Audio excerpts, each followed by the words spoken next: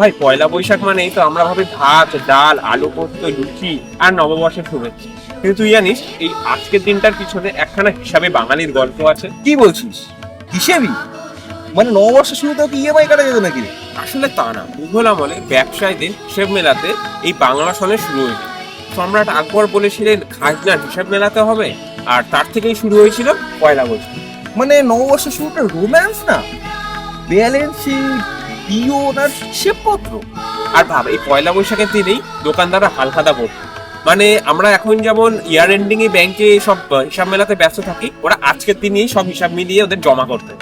আর এই ইনভয়েসিং এর প্যারা এখান থেকেই শুরু। বাহ, নতুন বর্ষ মানে তো এখন নতুন জামা। তখনকার দিনে ছিল পুরনো দেনা পাওনা সব মিটিয়ে দেওয়া। আর একটা জিনিস জানিস, রবীন্দ্রনাথ ঠাকুর আজকের দিনটার মহত্ব বোঝাতে একটা গান লিখেছিল, এসো হে বৈশাখ, আর যেটা এই নববর্ষের থিম সং হয়ে। আইরে কি অবস্থা ভাব! আগে নববর্ষে খাতা খোলা হতো, হ্যাঁ, আর এখন স্ন্যাপ খুলে স্ট্রিট মেনটেন করতে হয়। সময়ও বদলাচ্ছে, স্টাইলও বদলাচ্ছে, তবে একটা জিনিস ঠিকই আছে, পয়লা বৈশাখ মানেই বাঙালি নতুন করে শুরু। তাহলে এই পয়লা বৈশাখে আপনাদের নতুন বছরের শুভেচ্ছা জানাই। শুভ নববর্ষ! সকলকে জানাই সুখী ও সমৃদ্ধ একটি নতুন বছরের শুভেচ্ছা। এসো এসো